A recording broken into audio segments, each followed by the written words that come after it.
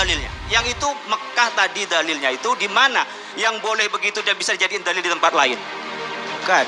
Yang saya ingin katakan adalah bahwa ada orang sholat sejajar laki dan perempuan. Sebentar, kalau orang nggak ada masalah dalilnya, ini kan kita bicara dalil dong. Assalamualaikum warahmatullahi wabarakatuh. Alhamdulillah, salatu wassalamu ala rasulillah, ma ba'd. Kaum muslimin yang dirahmati Allah subhanahu wa ta'ala, itu tadi cuplikan video dosen Universitas Islam Negeri Syarif Hidayatullah Jakarta. Dan video ini membuktikan bahwa tidak semua orang yang memiliki pendidikan yang tinggi kemudian memiliki pemahaman yang baik di dalam beragama Islam, ya. Nah, sebagai contoh ya orang ini, Helmi Hidayat. Padahal dosen Universitas Islam Negeri. Ternyata keberatan ketika pemahaman sekaligus ajaran agama Panji Gumilang, pimpinan Al Zaitun, itu dikatakan sesat. Kan parah kaum muslimin. Saya orang pertama yang barangkali di Indonesia ini menyatakan prihatin. Dan karena itu tidak setuju ada kata-kata sesat dan noda, agama ternoda. Pertama adalah, sebutlah misalnya, disebut berkali-kali oleh Kiai Lapis bahwa Panji Gumilang itu sesat. Kalau implikasi sesat apa? Di dalam Islam, kalau orang sesat itu ad-dhalun, pasti masuk neraka. Yang menentukan orang masuk neraka itu cuma satu, pemilik neraka, Allah Subhanahu wa Ta'ala. Tidak ada satupun di antara kita yang hadir di sini, di luar sana, di Indonesia, di dunia ini yang berhak menyatakan seorang manusia sesat nanti di akhirat. Nah, nasib kita aja belum jelas di akhirat nanti. Kenapa sekarang kita sudah melakukan justifikasi kepada nasib orang di akhirat? Sesat itu biarkan Allah Subhanahu wa Ta'ala yang menentukan, bukan kita. Yang kedua, agama ternoda, Allah ternoda. Ini gimana logikanya? Kok Allah bisa ternoda gitu loh? Allah itu kan maha tinggi. Subhanallah. Allah berfirman saja malaikat pingsan. Hanya Jibril yang mampu mendengar firman-Nya. Tiba-tiba kita anggap ternoda. Ya kalau Allah ternoda, dianggap ternoda, Allah suruh datang ke Polda Metro Jaya aja bikin laporan. Ya kan? Laporkan siapa menodai dia. Kan gak mungkin. Karena itu ketika kita melakukan personifikasi pada Allah Subhanahu wa Ta'ala sampai mengatakan Allah ternoda, agama ternista. Coba, agama yang berisi nilai-nilai yang sangat tinggi, sangat luhur, bisa ternista. Oh, kalau gitu kita menganut satu nilai-nilai yang bisa ternista dong. Itu nggak masuk dalam logika saya. Perilakunya dianggap nyeleneh Pak Kiai di lingkungan pondok pesantren, harusnya nggak ada salahnya. Penyimpangan juga tadi disampaikan. Kalau misalnya saya Panji Gumilang dianggap nyeleneh, sebut nyeleneh. Kalau dianggap bersalah, biarkan pengadilan yang menyatakan dia bersalah. Jangan bilang dia tersesat, jangan bilang dia ternoda. Orang seperti Helmi Hidayat ini mau dikatakan bodoh tapi kok bisa jadi dosen, punya gelar akademik yang lumayan, tapi kalau mau dibilang pintar, kok nggak sesuai. Karena hal-hal yang mendasar untuk memahami agama Islam, itu saja tidak faham, tidak tahu. Coba perhatikan, ketika ada orang-orang yang mengatakan Panji Gumilang itu sesat, dia mengatakan dia orang yang pertama keberatan kalau Panji Gumilang dikatakan sesat. Dan argumen dia apa? Dia katakan di dalam agama Islam ini, kalau orang sesat, pasti masuk neraka. Ini kan pemahaman orang bodoh namanya. Di dalam Al-Quran surat Al-Ahzab ayat 36, Allah Subhanahu wa Ta'ala mengatakan, "Wa ma kana li mu'minin wa la mu'minatin idza qadallaha wa rasuluhu amran ayyakuna lahumul khiyaratu min amrihim wa may ya'sillaha wa rasulahu faqad dhalla dhalalan mubina." Dan tidaklah patut bagi laki-laki yang beriman, perempuan yang beriman, apabila Allah dan Rasulnya itu sudah menetapkan sesuatu, kemudian ada bagi dia pilihan yang lain. Mereka memilih pilihan yang lain, menyelisihi ketetapan Allah dan Rasulnya. Dan barang siapa yang menyelisihi Allah dan Rasulnya, maka sesungguhnya dia telah tersesat dengan kesesatan yang nyata. Kan kita tinggal lihat Panji Gumilang itu, cara beragamanya menyelisihi Allah dan Rasulnya apa tidak? Kalau menyelisihi, ya namanya sesat. Karena ukuran untuk memvonis sebuah pemahaman agama itu sesat atau tidak, itu jelas ukurannya. Ukurannya Al-Quran dan Sunnah sesuai atau tidak. Dan ketika memvonis seseorang itu atau sebuah pemahaman itu sesat, bukan berarti memvonis pasti masuk neraka. Masuk neraka itu kan kalau sudah diingatkan, diperintahkan untuk bertaubat, untuk memperbaiki, kemudian tidak juga memperbaiki, tidak juga bertaubat sampai mati, maka Allah mengancam dengan neraka. Allah yang mengancam, bukan manusia. Manusia hanya menyampaikan firman Allah Subhanahu wa Ta'ala. Ciri-cirinya penghuni neraka seperti ini, ciri-cirinya penghuni surga seperti ini. Dan itu sifatnya ketika menyampaikan ayat bukan memvonis. Menyampaikan hukum bukan memvonis. Masalah surga dan neraka itu urusan Allah. Kita hanya menyampaikan dalil-dalil yang ada.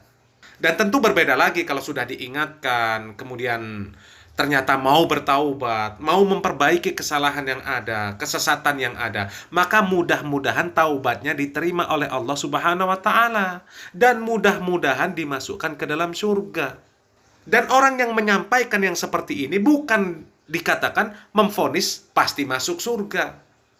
Tidak ada yang bisa memastikan si fulan masuk surga, si fulan masuk neraka, hanya bisa menjelaskan tanda-tandanya. Ya. Karena tidak ada yang bisa memvonis. Tidak ada yang bisa menentukan. Tidak ada yang bisa mengetahui. Kecuali orang tersebut sudah mendapatkan wahyu dari Allah Subhanahu wa Ta'ala. Dan yang mendapatkan wahyu itu hanyalah para nabi, para rasul. Jadi kalau ada orang yang mengaku bisa mengetahui si fulan masuk surga, si fulan masuk neraka, maka itu bohong. Ya, perkataan yang sesat dan menyesatkan. Kita lanjutkan. Dan ini adalah jawaban dari Bapak Ketua Majelis Ulama Indonesia, Bapak Kiai Khalil Nafis, terhadap statement Helmi Hidayat, dosen Universitas Islam Negeri Syarif Hidayatullah, Jakarta. Kita simak videonya. Saya jawab. Silakan. Ya, Baik. kata nista itu sudah ada kok. Di undang-undang juga ada, nanti Bang Egi bisa nyampaikan soal nista.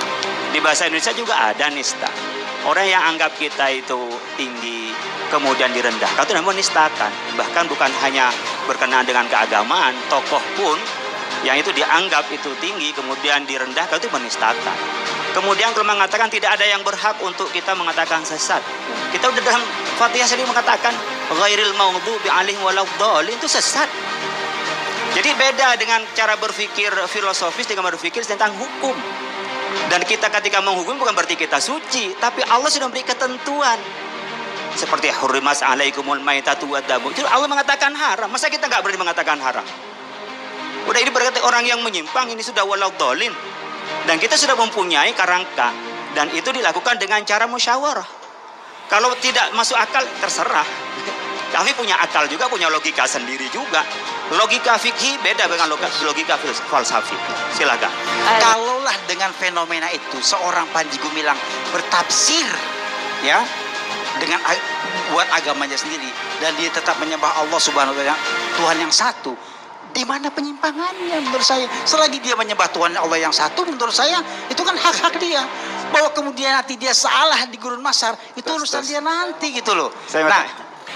Yang kedua, silakan.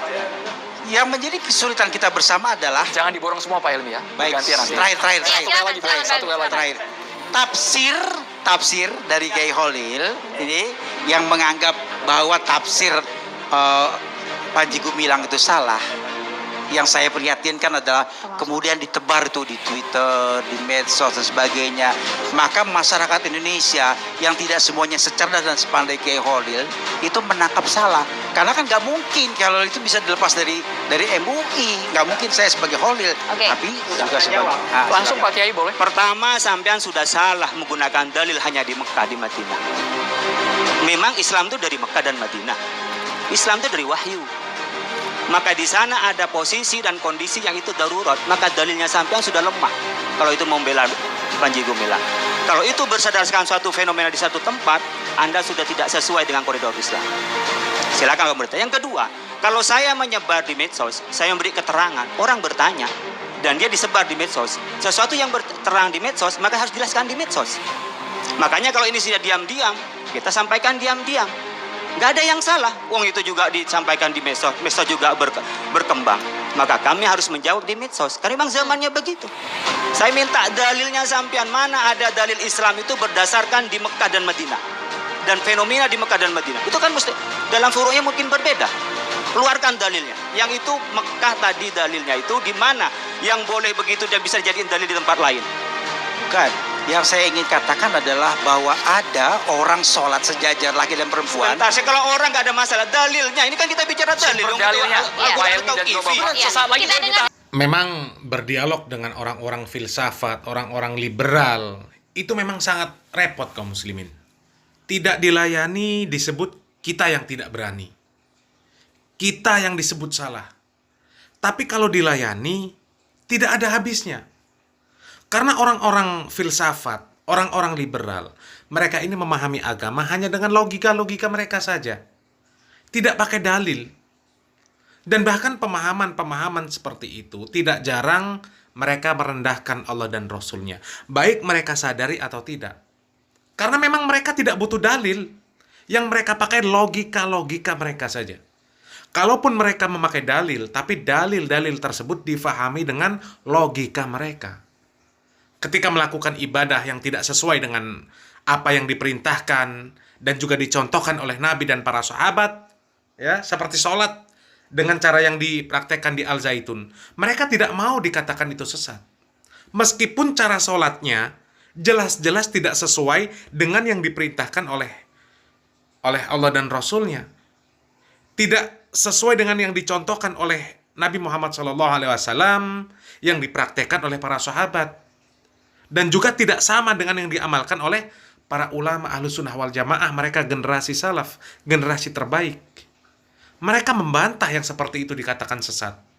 Mereka katakan sholat kok dikatakan sesat. Sholat itu kan diperintah. Iya, memang diperintah. Tapi cara menerapkan perintah sholat tersebut ada aturannya. Bukan membuat cara-cara sendiri. Sesuai dengan logika-logika sendiri. Dan begitu juga dengan ibadah-ibadah yang lain. Dan banyak kaum muslimin yang mereka mempraktekkan ibadah-ibadah seperti praktek di Al-Zaitun. Mereka mengatakan dalilnya ada. Tapi ternyata praktek yang mereka terapkan tidak sesuai dengan praktek yang diamalkan oleh Nabi dan juga para sahabat. Serta ulama Ahlussunnah wal Jamaah, terutama generasi salaf, generasi terbaik. Mereka tidak mengikuti pemahaman para ulama terdahulu. Dan itulah sumber-sumber kesesatan. Memahami dalil-dalil tidak sesuai dengan pemahaman para generasi salaf, generasi terbaik, itu adalah sumber kesesatan. Oleh karenanya, di dalam beragama ini, tidak cukup kita ini hanya menggunakan Al-Quran dan Sunnah saja tanpa mengikuti pemahaman para salafus soleh, tanpa mengikuti praktek-praktek yang mereka laksanakan di dalam beribadah kepada Allah Subhanahu wa Ta'ala. Terutama mengikuti pemahaman para sahabat dan generasi terbaik umat ini. Semoga yang kami sampaikan yang sedikit ini bermanfaat. Barakallahu fikum. Wassalamualaikum warahmatullahi wabarakatuh.